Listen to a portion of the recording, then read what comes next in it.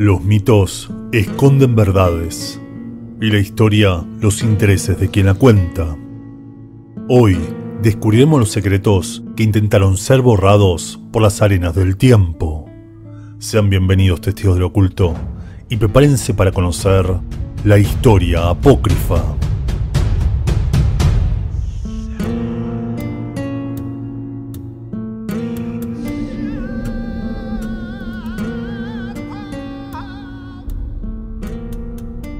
Todos conocemos, o al menos oímos hablar sobre el tarot, la baraja adivinatoria por excelencia, pero pocos conocen su origen e historia real, y mucho menos la relación que podría tener con el Santo Grial y María Magdalena. Pero no quiero continuar sin antes agradecerle a Big Witch por su ayuda en este tema. Espero estar a la altura. El origen del tarot es realmente incierto y de teorías hay incontables. Los primeros juegos de naipes, tal y como los conocemos, se los debemos a los chinos, siendo luego adoptados por los mongoles durante la guerra de finales de 1200. De allí pasaron a los mamelucos, esclavos guerreros de los musulmanes formados principalmente por caucásicos y mongoles. Y por ahí surgiría la palabra naipe, del árabe original, naib, llegando a Europa por el 1300 a través de la Ruta de la Seda, teniendo como uno de los primeros registros de su existencia la prohibición de todo tipo de juego de barajas en Barcelona tras el Consejo de Ciento en 1310. Ahora, para encontrar un juego de tarot más o menos como lo conocemos hoy en día, debemos avanzar más de 100 años, cuando a los mazos tradicionales se les agregaron los triunfos o arcanos mayores, o cartas alegóricas, pasando el juego a llamarse justamente Carte Triomfi, siendo el mazo más antiguo conservado el tarot Visconti Sforza, encargadas a mediados del siglo XV por el duque de Milán Filippo Maria Visconti, para celebrar el casamiento de su hija Bianca con el futuro conde Francisco I Sforza, transformándose en la familia más poderosa de Milán. Como los juegos eran artesanales, pintados a mano, se cree que la incorporación de los arcanos mayores o triunfos fue una cuestión cultural, como un medio para transmitir un conocimiento filosófico, y como ejemplo, los triunfos de ese mazo, el tarot Visconti Sforza, representaban virtudes religiosas como la fe, la esperanza, la caridad y la muerte. Mientras que hay registros de otros mazos encargados por esta familia cuyos triunfos representan antiguos dioses romanos, hasta que los arcanos comenzaron a tomar forma basándose tal vez en las mantenga tarocchi, estas curiosas cartas que no servían para ningún juego, sino que eran ayudas memoria en la enseñanza, mostrando personificaciones de clases sociales y jerarquías, figuras mitológicas, arte y ciencia, los astros y abstracciones como la templanza, prudencia, justicia y fuerza. Y acá quizá esté el origen de la palabra tarot, de las mantenga tarocchi, aunque existen otras posibilidades de las que ya hablaremos.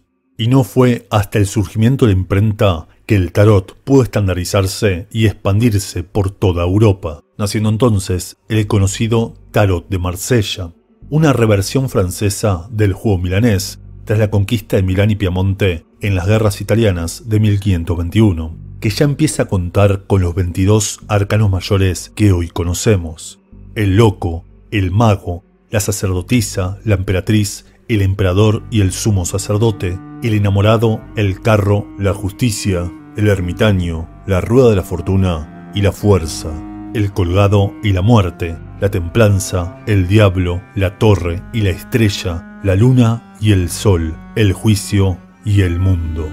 El tarot de Marsella, surgido en una tierra conocida en esta serie, ¿no? ¿La recuerdan? La tierra de Occitania, la tierra de los cátaros y del peregrinazgo de María Magdalena. Fueron los estudios de Daniel Rodés y Encarna Sánchez, fundadores y directores de la Escuela Internacional del Tarot de Marsella, LEMAT, quienes concluyen que estos arcanos mayores fueron creados basándose en los conceptos del ocultismo cátaro, enfrentándose al catolicismo ortodoxo y dándole un papel preponderante a la figura de la mujer, incluso mostrándola como papisa. y fue recién con la llegada de los gitanos a Europa donde se adoptó su carácter adivinatorio.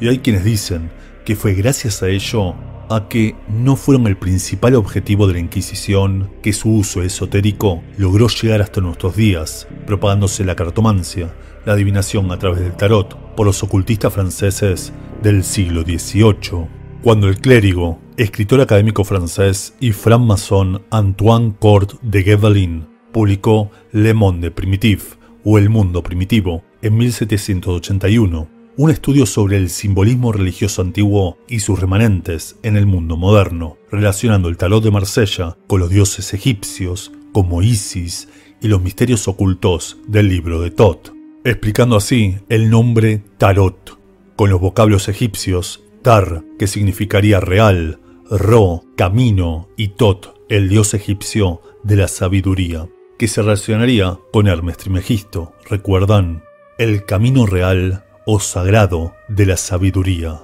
el tarot. Interesante nombre, ¿no? Afirmando así que el tarot original ocultaría el conocimiento heredado por los antiguos sacerdotes egipcios entregado a los gitanos, quienes lo propagarían por Europa. Punto donde tengo que hacer algunas aclaraciones de rigor. Primero, se desconoce el origen real del pueblo gitano. Su línea genética los ubica en la India, llegando a Europa como comerciantes a través de la ruta de la seda. Por otro lado, su mitología habla de un origen egipcio, aunque hay quienes creen que siendo este un pueblo nómada, contaban esas historias para darse algo de prestigio y poder al llegar a una tierra desconocida. Y segundo, las historias de este origen egipcio del tarot surgen en una época donde la egiptología comenzaba en Europa. El problema es que todavía faltaban 200 años hasta que la piedra Rosetta sea descubierta, una piedra que contenía el mismo texto escrito en griego, demónico, dos lenguas conocidas en esa época, y en jeroglíficos egipcios, logrando así, finalmente, entender ese idioma y poder traducirlo. Por lo tanto, todo lo que tenga que ver con leyendas y traducciones de textos y jeroglíficos egipcios previos a 1799, digamos que al menos es discutible. Pero continuemos, que si les cuento la parte esotérica es porque algún sentido tiene. Los estudios de Antoine Cort de Gevelin fueron empleados por el conde de Mallet, quien asegura que los triunfos o arcanos mayores del tarot de Marsella ocultaban un mensaje encriptado. Y es que ambos defendían la teoría que los 22 arcanos correspondían a las 22 letras del alfabeto hebreo, y por lo tanto tendrían alguna relación oculta dentro de la cábala y los Sefirot del árbol de la vida. Y fue el ocultista Jean-Baptiste Alliot, más conocido por su seudónimo Eteila, quien lo popularizó en Europa como un método adivinatorio, creando un tarot alternativo que incorporaba simbolismo esotérico, atribuciones astrológicas y motivos egipcios, que luego serían reversionados por el mago negro Aleister Crowley en su libro Y Tarot del dios de Thoth, ¿lo recuerdan? Para luego propagarse en varias sociedades secretas, como la Sociedad de la Niebla, a través de Victor Hugo, algo que pocos mencionan, y por la orden hermética de la Golden Dawn, o el Alba Dorada, siendo profundizado por el ocultista Eliphas Levi, quien continuó el camino de Cort de Gevelin y rechazó el trabajo de Taylor, relacionando el tarot de Marsella con la cábala y los 4 elementos alquímicos, explicando sus estudios en su Dogma y Ritual de la Alta Magia de 1854, creando toda una rama de estudios taróticos. Tras tantos cambios, debemos movernos hasta hace relativamente poco, cuando Philippe Camoin, heredero de un linaje de tarotistas que se remonta al 1760, entre los primeros creadores del tarot de Marsella, quien logró restaurar, según sus estudios, el tarot de Marsella original, presentándolo en 1997, en un trabajo en conjunto con el artista, filósofo y ocultista chileno Alejandro Jodorowsky, creador de la psicomagia, de lo que deberíamos hablar algún día, quienes dan un tercer origen a la palabra tarot, diciendo que simplemente es un anagrama que une 2 cartas complementarias en este juego, el loco y la muerte, le mat y le mort. Pero además, y lo más importante en todo esto, son las conclusiones que alcanza Philippe Camoin en su estudio del tarot de Marsella, que define a los 22 arcanos mayores como una representación del camino del héroe, un viaje iniciático espiritual, y sobre todo que el tarot surgiría en el siglo I como una enseñanza transmitida por María Magdalena, basada en la resurrección y conciencia de Cristo. Y cito sus declaraciones a la revista Más Allá de noviembre de 2003. María Magdalena peregrinó a Marsella y fue ermitaña en una gruta. Lázaro fue el primer obispo de esa zona, quien pudo haber transmitido una enseñanza sobre resurrección mejor que ellos, explicando en su libro El tarot de María Magdalena que el tarot habría sido transmitido a Europa en el 451 por el monje Casiano, quien fundó la orden de la abadía de San Víctor en Marsella, una abadía consagrada a la Virgen Negra, a Sara, la hija de Jesús. ¿Recuerdan quiénes la toman como patrona?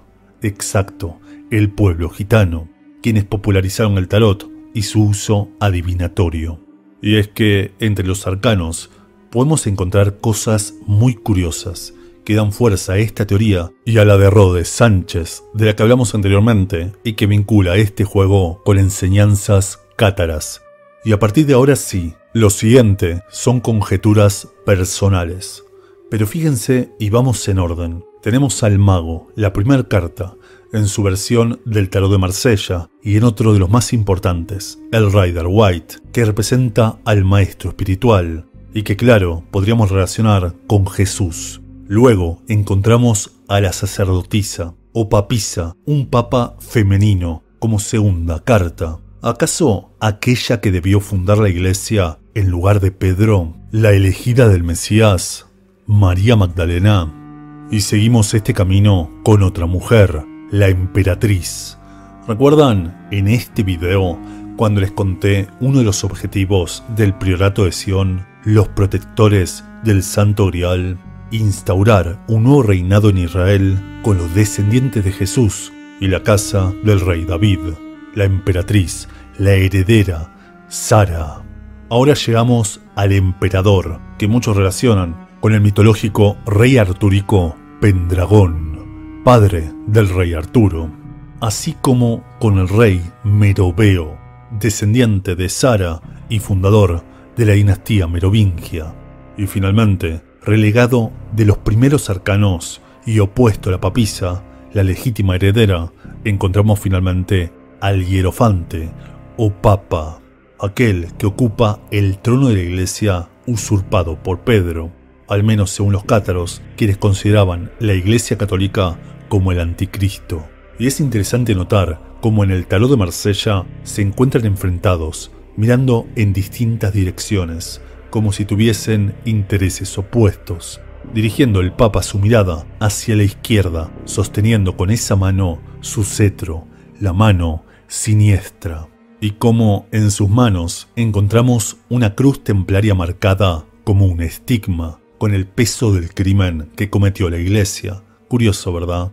Y entonces llegamos a los enamorados, donde en el tarot mítico se representa a Helena y Paris, aunque este no es de los más conocidos. Y si seguimos así, podríamos encontrar una referencia a esta teoría en cada carta, incluso en la torre, también llamada la mansión de Dios, siendo destruida por un rayo divino. Una torre cuya cima es la corona del rey destituido, la destrucción de la falsa iglesia, de nuevo, según los cátaros, que nadie se ofenda, a manos del Dios verdadero. Las referencias son incontables, y si tenemos en cuenta que cada arcano representa una etapa del viaje del héroe, de un camino iniciático, entendemos por qué el loco no lleva numeración, porque es el personaje principal de esta historia. Es Percival en su búsqueda del Santo Grial. Somos nosotros que rompemos los dogmas y descubrimos los secretos del tarot. Pero quiero centrarme ahora en quizá la carta más importante que prueba la certeza de esta teoría. Fíjense en la simbología de la estrella, que de por sí representa esperanza, la estrella que guía como luz en un camino oscuro, así como la estrella de Belén guió a los Reyes Magos hasta el Mesías. Esta carta nos muestra a una mujer vertiendo agua en un río, un símbolo de continuar la corriente o continuar la línea de sangre, algo que entendemos mejor al revisar la carta de la templanza, donde hay un ángel mezclando el líquido en 2 jarras. Históricamente, se entiende esto como una metáfora de la templanza, porque estaría diluyendo el vino en agua, aunque también podría ser un símbolo de descendencia, ¿no? De verter el líquido en una copa. Ustedes me entienden. De hecho, el vino es símbolo de la sangre de Cristo, lo que parece recordarnos al arcángel Gabriel, ¿no? Cuando le anunció a la Virgen María que llevaba en su vientre al Hijo de Dios. Y la mujer en la estrella continúa ese ritual, continúa la línea de sangre. Esa mujer es María Magdalena. Y lo digo basándome también en las teorías del citado Philippe Camoin, autor del moderno Tarot de Marsella, que nos lleva al final de este camino iniciático, las últimas 2 cartas del tarot, que además él entiende como complementarias, el juicio y el mundo. En el juicio vemos a un ángel con la trompeta del Apocalipsis anunciando la resurrección de Cristo, mientras que en el mundo volvemos a ver a esa mujer desnuda dentro de una mandorla u óvalo en forma de almendra, un símbolo que representa la virginidad creativa. ¿Recuerdan lo que hablamos de Baphomet en este video, no? La Virgen fecundadora de vida, como también la felicidad conyugal y la vesica Piscis, el halo dorado que suele cubrir a las reinas del cielo. La figura de una mujer sagrada acompañada por los 4 seres vivientes descritos en Apocalipsis que adoran a Jesús. El tema es que la iglesia suele representar de esta forma a Cristo dentro de una mandorla rodeado de 4 ángeles, mientras que el tarot, su rol, lo ocupa una mujer, María Magdalena, Jesús, el Hijo de Dios, y María Magdalena, el Anima Mundi, el alma del mundo, la unión entre lo terrestre y lo celestial. Pero además, descubrimos algo interesante al unir estas 2 cartas, y es que la mirada de aquella mujer apunta al Cristo resucitado. ¿Recuerdan quién fue la primera en verlo al resucitar al 3er día? Claro, su compañera, María Magdalena, aquella que continuaría su linaje real, la única mujer santa que la iglesia representa desnuda, María Magdalena. Muchas gracias por su atención y nos vemos en el siguiente